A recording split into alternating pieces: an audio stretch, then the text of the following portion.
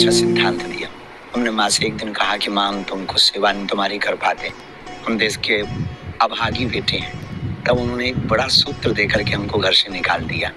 बोले अब तुम्हारे दरबार में और तुम्हारे जीवन में जो सामने आवे तुम्हारी माँ, बस उसकी सेवा ही मेरी सेवा मान लो। और ये मोटिवेशनल स्पीच हमने माँ की सुनी। और उस दिन के बाद फिर हमारे मुंह से अनायास माँ कोई भी आवे और हम उसी की सेवा में लग गए। दादा गुरुजी के जो दादाजी थे वो सन्यासी बाबा थे।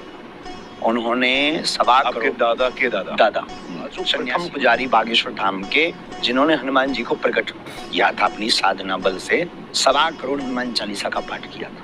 उस वक्त एक पैर पर प्रकट हुए हनुमान जी महाराज का साक्षात्कार हुआ। तब उन्होंने कहा था कि तुम्हारे वंश का एक न एक यहाँ सेवा करेगा। शुक्ल वंश कर गोत्रीय ब्राह्मण थे, और जाओ यहाँ पर जो भी आएगा वो मुस्कुराता हुआ चल। दादाजी वहीं गांव के बाहर एक मंदिर है बागेश्वर।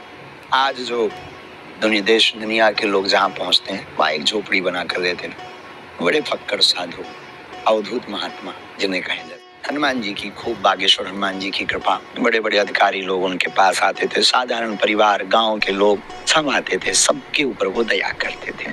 उनके पास जो चेतना, शक्ति, पावर, विद्या, सिद्धि, आप जो भी उसको नाम दे दें, उसके माध्यम से वो लोगों का करे। हमारे पास तो ABCD नहीं है, वो तो Z तक के खिलाड़ी थे। बहुत अद्भुत महापुरुष थे। उनके पास ऐसी ऐसी चीजें थी जिनको हम हमारी ऋषि परंपरा में, आचार्य परंपरा में, वेदों की परंपरा में हम लोगों ने घर पे भोजन किया हुआ। स्थितियां विचित्र थी। पिताजी कुछ करते नहीं थे, भिक्षा मांगनी पड़ती थी। तो हमने कहा कि आप सबके बारे में बताते हो, हमें कोई संपत्ति गड़ा हुआ धन बताओ। उस चक्कर में हम गए थे।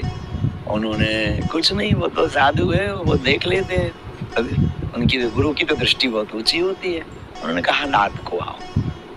बिटवा कहते थे, धीरेन्द्र रात को आओ। हम रात को गए। उन्होंने हमारा यहाँ बाहें पकड़ा, मैं आज भी याद है। उन्होंने यहाँ बाहें पकड़ा, स्नान करवाया, और जो बागेश्वर महादेव मंदिर है वहाँ सामने खड़ा कर दिया। फिर वहीं कुछ घटना घटी, उजाला और बस काम लग गया। बोले आज से कह दो तुम हमारे और हम तुम्हारे। और हमने कह दिया। रोते हुए वो घटना देखकर थोड़ा शरीर कंपायमान हुआ। वो लाइट देखकर शरीर चौंका। थोड़ी भय भी, अति से ज्यादा भय शरीर में हुआ। पर वो बाहें पकड़े हुए थे और हमने चिघाड़ कर कह दिया तुम हमारे और हम तुम्हारे।